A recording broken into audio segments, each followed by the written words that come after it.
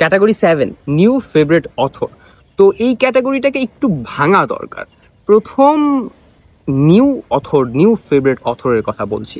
আমার all time favourite author হচ্ছে Agatha Christie, but new favourite অথরের কথা যদি বলতে হয়, আগাথা ক্রিস্টি হচ্ছে ইংলিশের ক্ষেত্রে, আর বাংলার ক্ষেত্রে আমার অল টাইম ফেভারিট অথর হচ্ছে শরৎচন্দ্র।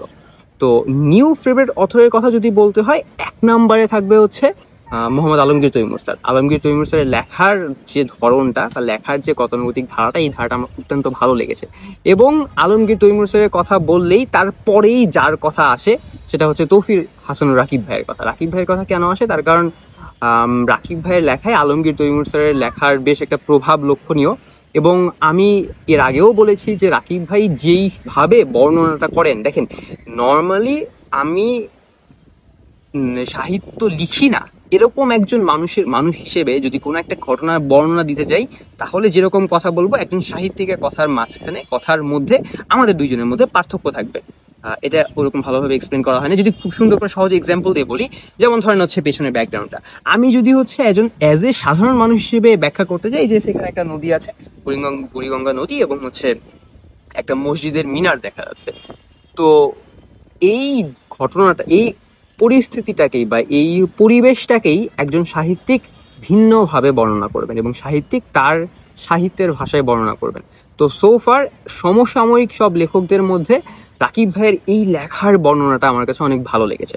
আচ্ছা, আমি নর্মালি মিক্স টাইপের বই পড়ি, সো মৌলিক লেখা যারা লেখে তাদের বইও পড়ি, অনুবাদও পড়ি। অনুবাদের কথাটা না বললেই নয়, আমার হচ্ছে অল টাইম ফেভারিট অনুবাদক এবং রিসেন্ট যদি ফেভারিটে বলতে হয় তাহলেও মানে আমার অনুবাদের মধ্যে সেরা বা পছন্দের অথর হচ্ছেন ফুয়াদ আল ফিদা ভাই। তার কারণ ফুয়াদ ভাইয়ের অনুবাদ করার যে ধরন, আপনি যদি হচ্ছেন খুব স্বাভাবিকভাবে বই পড়েন বা অনুবাদ পড়েন তাহলে আপনার কাছে ভালো লাগবে।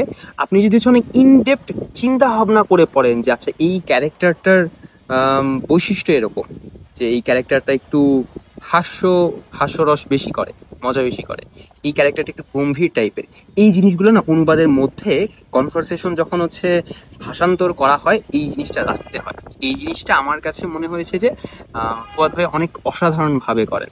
এবং আমি পার্সোনালি অনুবাদ নিয়ে কাজ করছি, আপনারা যারা জানেন অথবা যারা জানেন না, আমি হচ্ছে আগাথা ক্রিস্টির কয়েকটা লেখা অনুবাদ করছি। তো আমি সবসময় অনুবাদ করার সময় ফুয়াদ ভাই যেরকম ভাবে অনুবাদ করেন বা যেই বিষয়গুলো মাথায় রাখেন ওই বিষয়গুলো আমি লক্ষ্য রাখি। সো এই দিক থেকে ফুয়াদ ভাই কাইন্ড অফ আমার মেন্টর এবং হচ্ছে আমার ফেভারিট একজন অথর।